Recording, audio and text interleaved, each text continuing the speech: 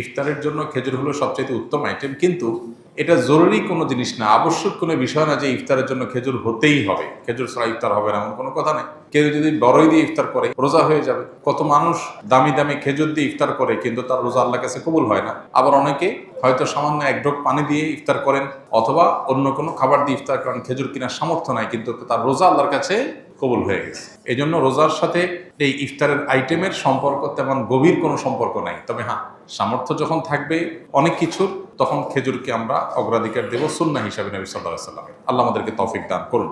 ঠিক একইভাবে সাহরির জন্য এই একই খাবারকে বিশেষভাবে গুরুত্ব দেওয়া উচিত। সাহরিতে আমরা সাধারণত ভাত মাছ যাই খাই না কেন, একটা খেজুর আমরা খেয়ে নিতে পারি, একটু খেজুর খেতে পারি, দুটা খেজুর খেতে পারি, তাহলে সেক্ষেত্রে আমাদের সাহারিতে খেজুর খাওয়ার যে সুন্নাহ সেটা আদায় হয়ে যাবে ইনশাআল্লাহ। আরেকটা গুরুত্বপূর্ণ বিষয় হলো যে খেজুরের মধ্যে প্রচুর পরিমাণে খাদ্য শক্তি আছে, অনেক বেশি এনার্জি আছে, যার কারণে খেজুর এটা যখন ইফতার এবং সাহরি উভয়টাতে খাওয়া হয় তখন রোজা রাখাটা মানুষের জন্য সহজ হয়।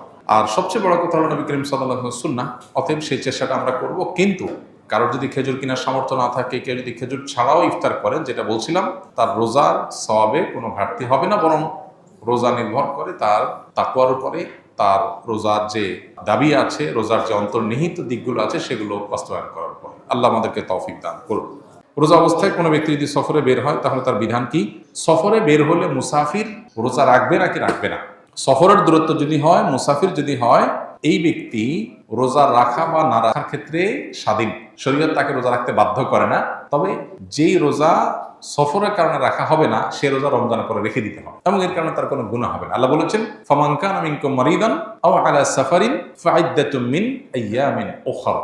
যে ব্যক্তি অসুস্থ হবে, সফরে থাকবে, তার অন্য সময় রোজা রেখে দিলে সেটা তার জন্য রোজা হিসেবে যথেষ্ট হবে। তবে কেউ যদি সফরে তার কষ্ট না হয়, স্বাভাবিক, তাহলে তিনি রোজা রাখবেন, রাখতে পারেন, রাখা ভালো। আর যদি কারো কষ্ট হয়, তার জন্য বরং কষ্ট না করে সফরে আল্লাহ সুযোগ দিয়েছেন যেহেতু, সে অপশন নিতে পারে, নেওয়া উচিত। নবী সাল্লাল্লাহু আলাইহি ওয়াসাল্লাম থেকে এটা প্রমাণিত এবং এটাতে কোনো হেজিটেশন করা উচিত না। হ্যাঁ, অনেক এমন আছেন যে রমজান পরে আমার আর রাখা কঠিন, কাজা রাখার সুযোগ হয় না, হবে না, তাহলে আমার কষ্ট হচ্ছে না, তাহলে তার জন্য রাখা উত্তম। কিন্তু সফর অবস্থায় শরীর আমাদেরকে রোজা রাখতে বাধ্য করে না। আমরা চাইলে রাখতে পারি, চাইলে ভাঙতে পারি, কিন্তু যেটা ভাঙবে সেটার বিনিময়ে যতগুলো ভাঙবে ততগুলো আবার রমজানের পরে রেখে দিতে হবে। কিস্তিতে মোবাইল বিক্রি করা জায়েজ আছে কিনা বা বিক্রি করলে গুনাহ হবে কিনা বিস্তারিত বুঝিয়ে বলবেন। কিস্তিতে মোবাইল বিক্রি করা বা অন্য যে কোনো জিনিস বিক্রি করা জায়েজ আছে। কিস্তিতে কেনা বেচা মৌলিকভাবে জায়েজ। সাহাবীদের মধ্যেও কিস্তিতে কেনা বেচার এই কালচার ছিল।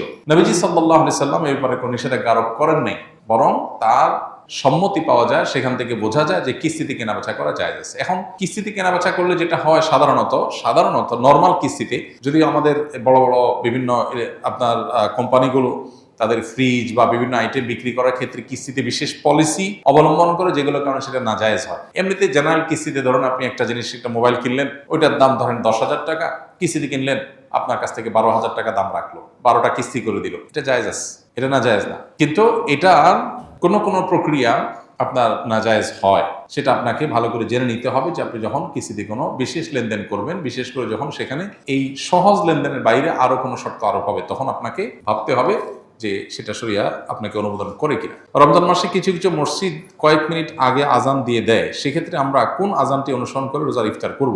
সূর্য ডুবেছে এটা নিশ্চিত হয়ে গেলে আমরা ইফতার করতে পারবো। ইফতারের সাথে আসলে তো আজানের সম্পর্ক নাই, যদিও আমরা সূর্য ডুবার পরপরই আজান দিয়ে থাকি মসজিদগুলোতে, অতএব সূর্য ডুবার আজান দুইটাকে আমরা একই অর্থে ধরে নিয়েছি। যদিও ইফতারের টাইমিং এর সাথে আজানের সম্পর্ক নেই, সম্পর্ক কিসের? সূর্য ডুবার। অতএব সূর্য ডুবেছে এটা নিশ্চিত হয়ে গেছেন, আপনি ইফতার করতে পারবেন। এত মিনিটে সূর্য ডুবে গেছে, এত মিনিট পার হয়ে গেছে, মানে নিশ্চিত আপনি ইফতার করতে পারবেন। আজান 2 মিনিট পরে দিলেও কিছু আসে যায় না। এখন কোনো মসজিদে যদি মুয়াজ্জিন টাইমে 2 মিনিট আগে আজান দিয়ে দেয়, তাহলে ইফতার করা যাবে না।